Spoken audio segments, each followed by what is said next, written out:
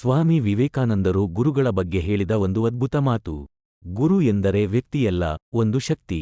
ಅಜ್ಞಾನದ ಕತ್ತಲೆಯ ಕಳೆದು ಸುಜ್ಞಾನದೆಡೆಗೆ ಕರೆದುಕೊಂಡು ಹೋಗುವ ಶಬ್ದವೇ ಗುರು. गुरु तन मन के दुख हरे, गुरु से बड़ा न कोई। गुरु तन मन के दुख हरे, गुरु से बड़ा न कोई।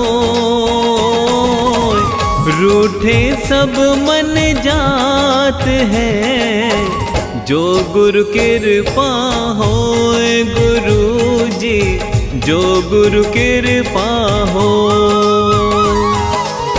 धर्म पुण्य के कर्म से साचा गुरु मिल जाए।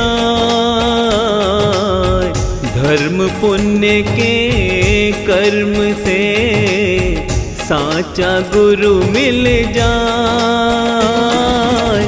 ना चिंता फिर रहे उसे, जो गुरु कृपा पाए। गुरु जी जो गुरु कृपा पाए।